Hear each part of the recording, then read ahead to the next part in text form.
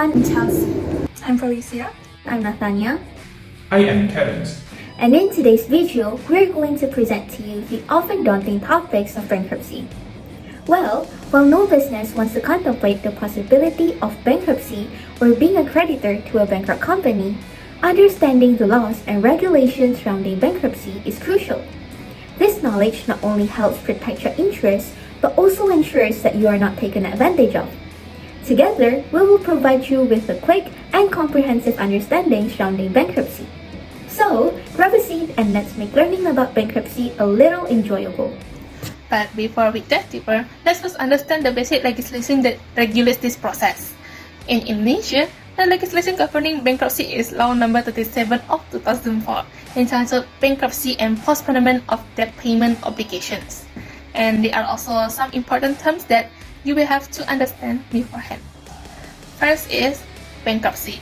According to Law Number 37 of 2004, Article 1, Paragraph 1, bankruptcy is defined as the general confiscation of all assets of the bankrupt debtor, managed and settled by the curator under the supervising judge supervision. And then the second is curator. The curator is the head inheritance property office or an individual appointed by the court to manage and settle the assets of the bankrupt debtor under the supervision of the supervising judge. Next, we have to know that the parties involved in bankruptcy are called creditors and debtors. Creditors are defined as people who have receivables due to agreement or law that can be collected before the court, while a debtor is a person who has a debt due to an agreement or law whose repayment can be claimed before the court. Like all laws, the bankruptcy and postponement of the payment obligation law serves a specific purpose, which include the following: avoiding disputes over the debtor's asset when multiple creditors are simultaneously seeking repayment from the debtor. The second is preventing secured creditors from asserting their rights by selling the debtor's property without considering the debtor's or other creditors' interests. The third is preventing fraud committed by either a creditor or the debtor, such as debtor trying to favor certain creditors at the expense of others, and the law itself is based on several legal principles, which includes first, balance principle. The bankruptcy and debt payment obligation delay law aims to prevent both dishonest debtors and creditors from taking advantage of bankruptcy process. The second is business continuity principle. Principle supports the idea of giving debtors a chance to recover and settle their debts while maintaining their operations. The third is justice principle. In bankruptcy cases, the principle of justice ensures that all involved parties are treated fairly. The fourth is integration principle. This principle ensures that the bankruptcy law is comprehensive and covers all necessary aspects related to bankruptcy and debt settlement.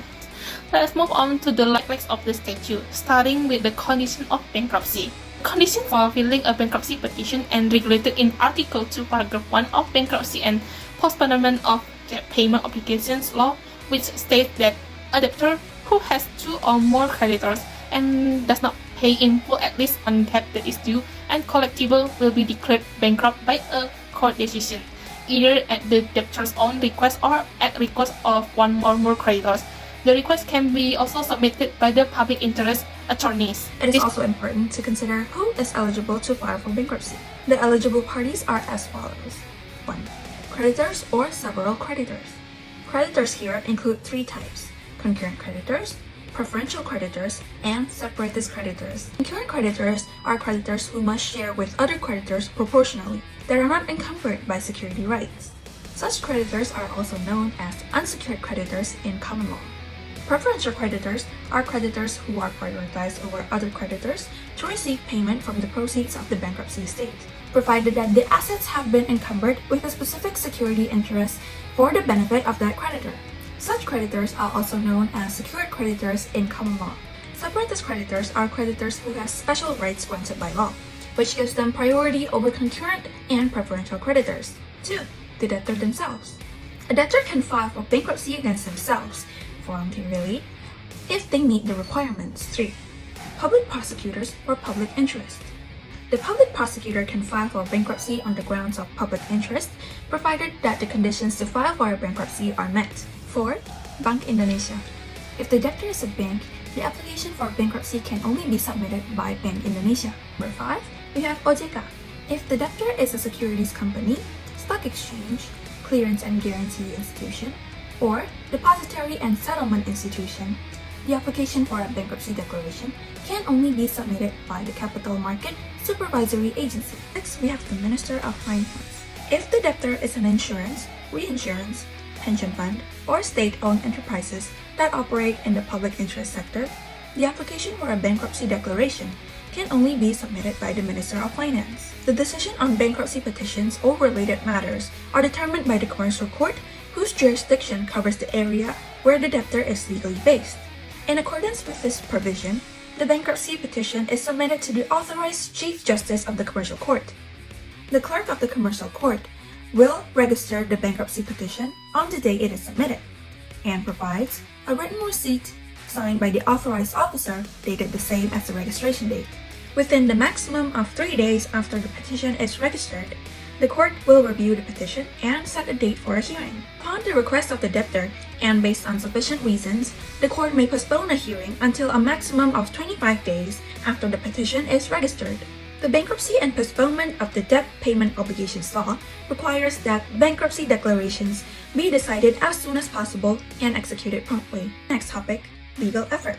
Legal effort can be sought against a decision on bankruptcy petitions through cassation to the Supreme Court. The cassation petition to the Supreme Court must be filed no later than 8 days after the cassation decision has been made, by registering with the court clerk who has decided on the bankruptcy petition. The Supreme Court must review the cassation petition and set a hearing no later than 2 days after the cassation is received by the Supreme Court. The decision on the cassation must be pronounced no later than 60 days after the Supreme Court has received the cassation petition. Against the final and binding decision on the bankruptcy petition, a request for a judicial review can be filed against the Supreme Court. Next, let's move on to the consequences of bankruptcy. So, the bankruptcy declaration will cause all of the debtor's wealth from the time of the declaration onward becomes part of the bankruptcy estate. In other words, as a consequence of the bankruptcy decision, the debtor's wealth changes status to become part of the bankruptcy estate. Bankruptcy encompasses all of the debtor's assets at the time of the bankruptcy declaration, as well as anything acquired during the bankruptcy process. Exceptionally, there are several debtor assets that are not included as part of the bankruptcy estate, including, first, items including animals that are truly needed by the debtor for their work, equipment, medical devices used for health, pets and their families' equipment used by the debtor and their family, and even food for 30 days for the debtor and their family that are located in that place. Second, everything obtained by the debtor from their own work as a remuneration from a position or service such as wages, pensions, waiting money, or allowances as determined by the supervising judge. Or third, money given to the debtor to fulfill an obligation to provide maintenance under the law. The bankruptcy estate is subject to public attachment, and the debtor is no longer authorized to manage or perform any legal actions concerning that property. Furthermore, the debtor has been declared in default as far as their assets are concerned. In Indonesian bankruptcy law, the general principle of civil law applies, namely, actio pauliana, which is the right granted by law to a creditor to request the cancellation of all acts that are not required to be performed by the debtor concerning their assets, knowing that such acts harm the creditor. This cancellation can only be done if it can be proven that at the time the legal action was taken, the debtor and the party with whom the legal action was taken knew or should have known that the legal action would result in harm to the creditors. If the legal action harming the creditors was taken within 1 year before the bankruptcy declaration was pronounced, and the action was not mandatory for the debtor unless proven otherwise, the debtor and the party with whom the action was taken are considered to have known or should have known that the action would result in harm to the creditors. In the event of such action is, first, an agreement when the debtor's obligations far exceed the obligations of other parties with whom the agreement is made. Second, payment for or provision of security for debts that are not yet and or cannot be collected. To save time, I won't read the criteria one by one. However, you can always pause the video at any time to read them. Third, it's done by an individual debtor with or for the benefit of A and B. Fourth, carried out by a debtor that is a legal entity with and or for the benefit of A, B, or C. done by a debtor that is a legal entity with and or for the benefit of another legal entity if A, B, C, D, or E is fulfilled, and conducted by a debtor that is a legal entity against another legal entity within the same group where the debtor is a member. As mentioned before, the task of managing and/or liquidating the bankruptcy asset is in the hand of the curators. While carrying out the task, the curators are not required to receive agreements from or give announcement to the debtors and are able to receive loan from third parties.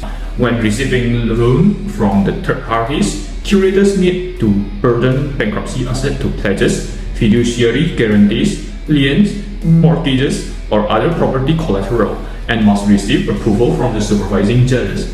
This can only be done towards bankruptcy asset that has yet to be the collateral. After the declaration of bankruptcy and during the creditors' meeting, if no reconciliation is offered, or if the proposed plan to reconcile is rejected, or if the approval of the reconciliation is denied in the court, the bankruptcy asset is deemed to be insolvent.